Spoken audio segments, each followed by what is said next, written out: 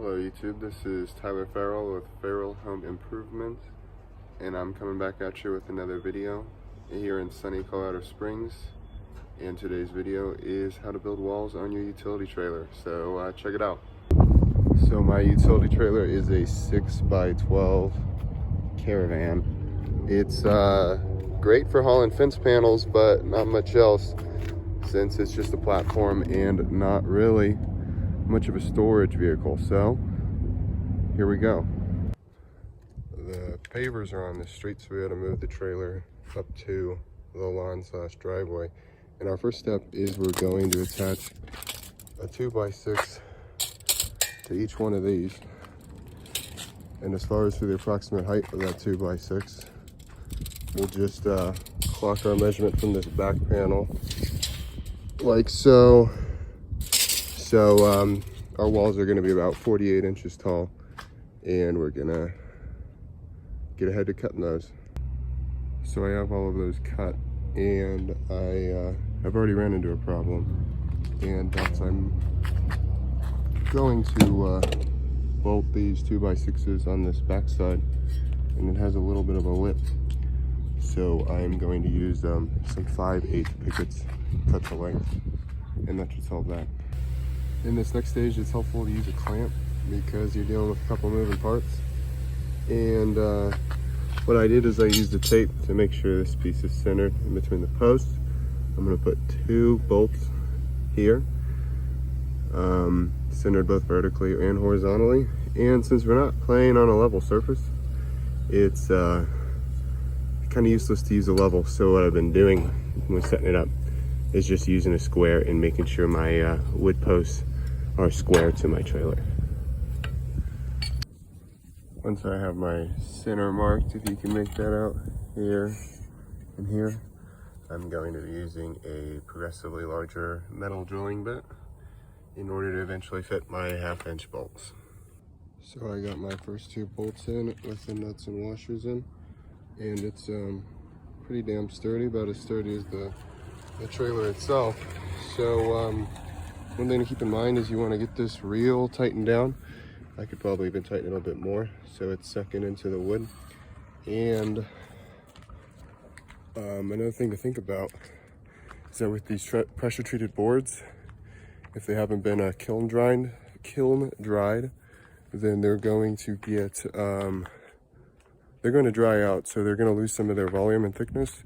So maybe check back in a month or so after you install them and tighten them down a bit, just for security's sake. All right, I got all my posts up, and not only do they look sturdy as hell, but you can't move a post without moving the whole trailer. So I figure it's pretty damn sturdy for high speeds. And our next step here is to install that same 2x6 blocking in this gap here, just because our decking screwed on the face, it's not going to fit down there. So we'll countersink it into our post and fill all those gaps. So I got this first piece of blocking in, and you can see I use a countersink to get these screws in, and you want to make sure they're a real tight fit going that way, and you can leave whatever gap you deemed to be a good idea. I used my speed square to dictate my gaps, and what I'm using is this countersink bit and GRK screws. These are the strongest screws that you can get that I'm aware of. Alright, so it's been a few days since that last clip, and I actually had to take this trailer out to a project.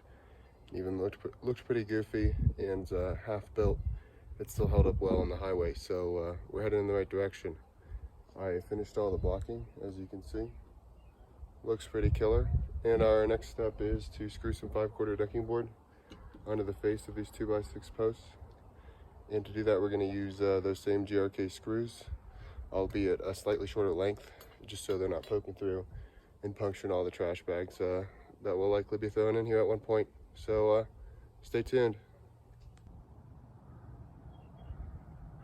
All right, so we both got both of these 12-foot sides up, and something I did that might be important is I just noticed when I was taking it out to my job this week, I was happy about having space down here to fit my ratchet straps in, so I can still attach them to the metal, as I advise against attaching them to the wood. I'll probably install some marine cleats or dock cleats and use some rope to tie down tarps, but that way you're not using that ratcheting force against the wood. But in case I ever need to tie down a load in here, I'll just to leave a little bit of space. And then I did a speed square, so about 3/8 of an inch between all these other deck boards. And it's coming out real nice. The sides went up easy. Problem that I ran into is that I got this little gap here, and I'd like to screw this deck board not just to these two posts, but also to the two walls, because it'll keep it a little bit more secure, structurally sound. And so I'll cut a picket to fit here to act as a shim. But other than that, it's going up real easy and it's looking real good. I'll also come around and chop the tops of these posts off, as that gives me plenty of height. I didn't think it was necessary to rip cut a deck board for the top portion, but really it's up to you how tall you want your trailer to be. So let's get after it.